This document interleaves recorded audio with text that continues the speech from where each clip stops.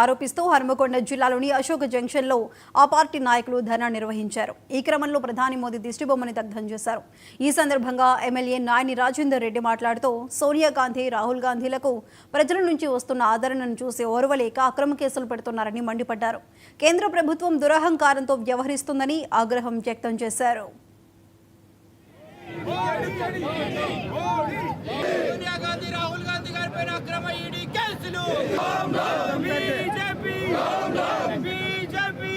గాంధీ కుటుంబం ప్రాణ త్యాగాలు చేసిన కుటుంబం.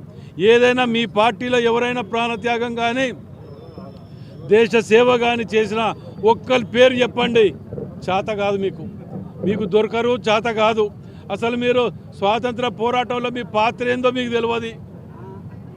అలాంటి మీరు ఇవాళ గాంధీ కుటుంబం మీద ప్రతీకార చర్యనా లేకపోతే వేధింపులు పెట్టి చేయటం అనేది మానుకోవాలి. లేకపోతే తీవ్ర పరిణామాలు ఉంటాయని కూడా మీకు హెచ్చరిస్తున్నాం.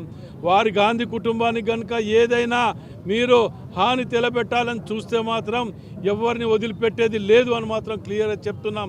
ఈ పద్ధతిని మార్చుకోవాలని చెప్పి దానికి నిరసనగా పిసిసి ఆదేశానుసారం ఇక్కడ ఉన్నటువంటి అభిప్రాయ కార్యకర్తలు కాంగ్రెస్ ప్రభుత్వం ఇప్పుడు మన తెలంగాణలో ఏ విధంగా అయితే మన బీసీ కులకన్నా కానీ తర్వాత ఎస్సీ వర్గీకరణ కానీ ఇంకా అనేక సంక్షేమ పథకాలు ఒక కాంగ్రెస్ పార్టీ ప్రభుత్వంగా మారి ఎంత అభివృద్ధి చేయగలుగుతుందో చేసి చూపెడుతున్నటువంటి రేవంత్ రెడ్డి గారిని ఆదర్శంగా తీసుకొని దేశమంతా కూడా ఇట్లాగే పరిపాలించాలి, కాంగ్రెస్ పార్టీని అధికారంలో తీసుకురావాలి అని చెప్పి రాహుల్ గాంధీ గారు ఏదైతే ప్రయత్నిస్తున్నారో దాన్ని అడ్డుకోవడానికి అటు సోనియా గాంధీ గారిని ఇటు రాహుల్ గాంధీ గారి మీద కేసులు పెట్టి ఇబ్బంది పెట్టాలి, ఛార్జ్షీట్లో వాళ్ళ పేర్లు ఎక్కించడం అనేది వాళ్ళ మొరాలిటీని తగ్గించడానికి మరియు వాళ్ళు ఏదైతే రానున్న రోజులలో కాంగ్రెస్ బలోపేతం అవుతుంది, కాంగ్రెస్ అనేక సంక్షేమ పథకాలు కాంగ్రెస్ పాలిత రాష్ట్రాల్లో చేస్తుంది, మిగతా బీజేపీ పాలిత రాష్ట్రాల్లో చేయట్లేదు అనే ఆత్మన్యూనతతోటి కూడా వీళ్ళు కాంగ్రెస్ పార్టీ మీద దాడి చేస్తున్నారు.